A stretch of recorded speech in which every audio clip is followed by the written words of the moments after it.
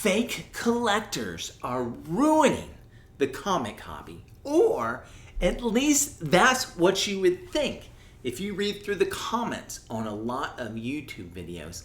But I disagree.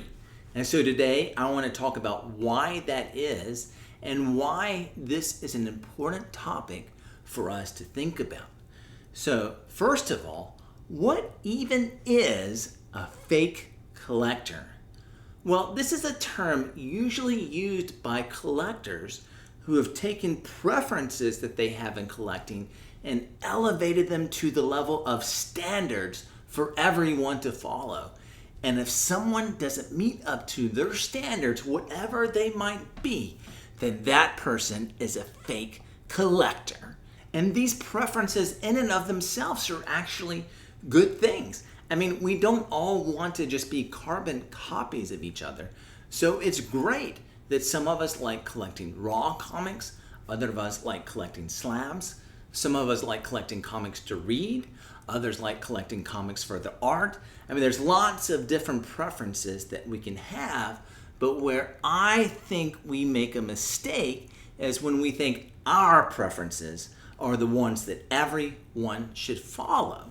And so another question to ask is, well, why do people start elevating their preferences so highly? Well, I think comic book writer Neil Gaiman has a lot to say about this in his book American Gods, which builds on a lot of philosophy from Friedrich Nietzsche. And in this book, Gaiman describes how as people move away from the old gods, which are usually these personal deities like Zeus or Thor or the Christian God, then they'll begin to embrace a new type of God, which generally isn't this personal deity, but these areas of life, he talks about media and technology, that begin to take the place of God in our lives and begin to command our devotion and our allegiance. Well, I think that there is a subset of the collecting community that has developed a religious devotion for the hobby so that they have become comic book zealots, which means their preferences aren't something that we can choose to do or not to do, but they become commandments that we have to obey. And if we claim to be a collector, but we break those commandments, then all of a sudden we're a heretic. I mean, it's worse than being not a collector. Now, if you're a member of a faith community, if you're a Christian and someone comes into the faith and does non-Christian things, that's a lot worse than some outsider doing non-Christian things. And so this is how the comic zealot feels about people who come into the hobby and do things that they consider not comic book things. And so these heretics must be condemned and they must be excommunicated. And as the term that's often used, they have to gatekeep. They have to make sure no one gets in to the sacred assembly that is the comic book community, because then the sacred comic books will be defiled. And there's lots of commandments that these zealots have come up with, but I'm going to share a few that I come across the most. Now, once again, if you see these things as simply preferences, the way you like to collect, there's nothing wrong with any of these things that I'm going to talk about.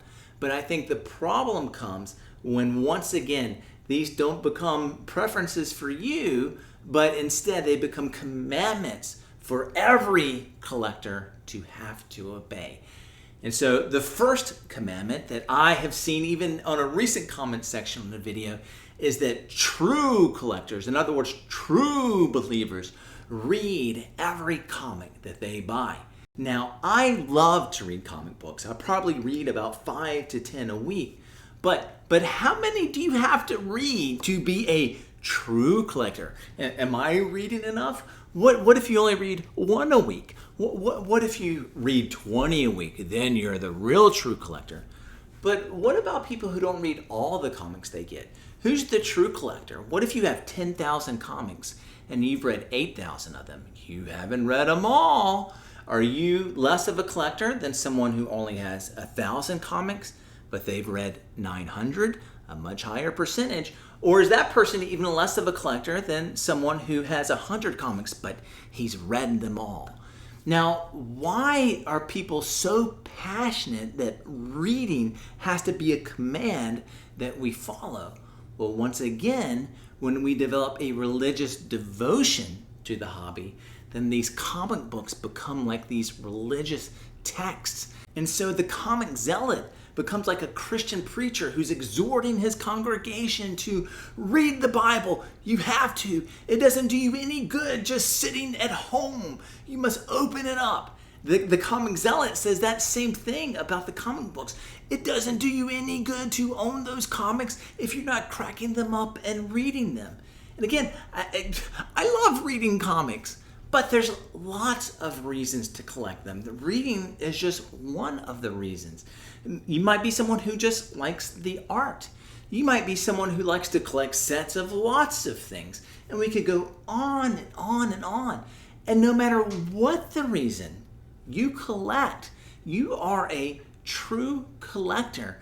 And you don't need to let anybody gatekeep you out of the hobby. Now, the second commandment that I often see is somewhat related, and it is, thou shalt not slab.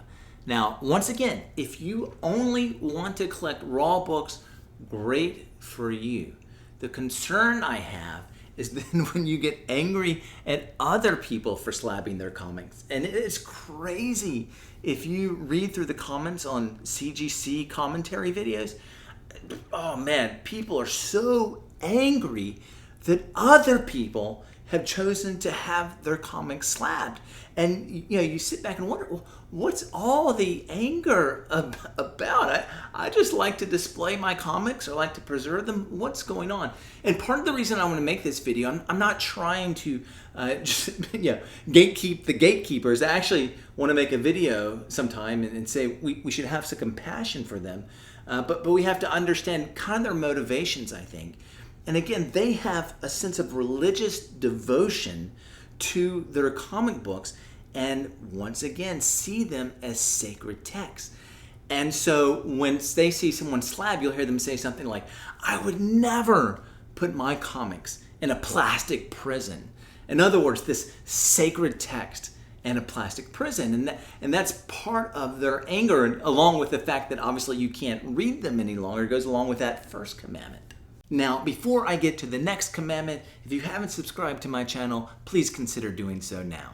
Now, the third commandment that I see most frequently is thou shalt not make money on comic books. The true collector is only a part of this hobby from his devotion to the books themselves. And if they make money off of them or they want them to increase in value, then they are not a true collector. They are just greedy or whatever it might be.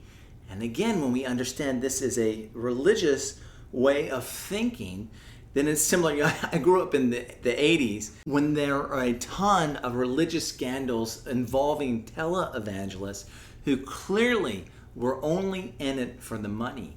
And the comic book zealot sees someone who is trying to make money from their collection as someone who's like one of these rotten televangelists that's not really committed to the faith, but is only seeking to profit off the rest of the congregation or the comic book community, as it were. And so they get angry because they feel like this person is taking advantage of others.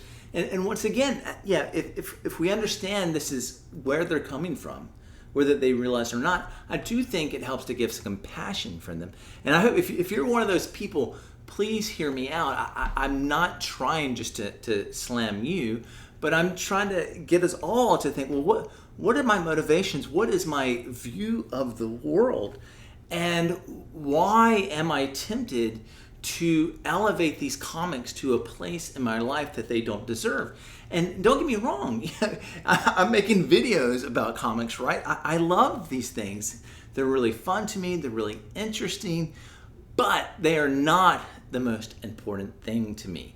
And this is why I think this conversation is so important, because I don't think this zealotry is good for anyone.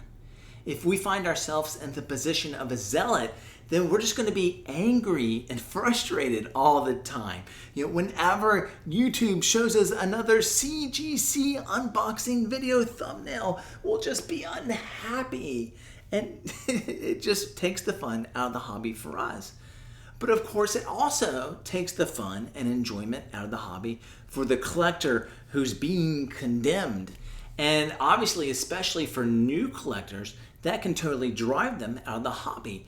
And these zealots kind of actually want to do that. They want to drive, again, the impure out. They want to excommunicate them. But it's not good for comic collecting. This hobby can only continue to exist as long as new collectors are coming in. And if we keep driving them away, then we're going to lead to the downfall of this hobby we love. And ironically, it's the zealotry to keep the hobby pure that will actually end up being its doom. So instead of just trying to maintain these unrealistic standards, because we can't all do all the commandments, right? You can't do everything. Instead of doing that, let's welcome each other again into the hobby. Develop, obviously, the word community is used. That's not always a religious term, but that has some religious connotation to it. A faith community, in a sense, the comic book collecting community can be like that for a lot of people. And I've seen a lot of videos of people who've talked about finding a lot of hope and joy through the collecting community. And that's the kind of place we want to be. We want, again, to be a happy church, not an angry church, so to speak. But you tell me what you think. Do you find yourself agreeing with me? Or do you think I'm a false prophet and a false teacher, a heretic that just needs to be driven out of the community before I seduce others into my ways of thinking? Now, once again, if you haven't subscribed to my channel and you don't yet consider me to be a false prophet, please consider doing so. Like, comment, thank you.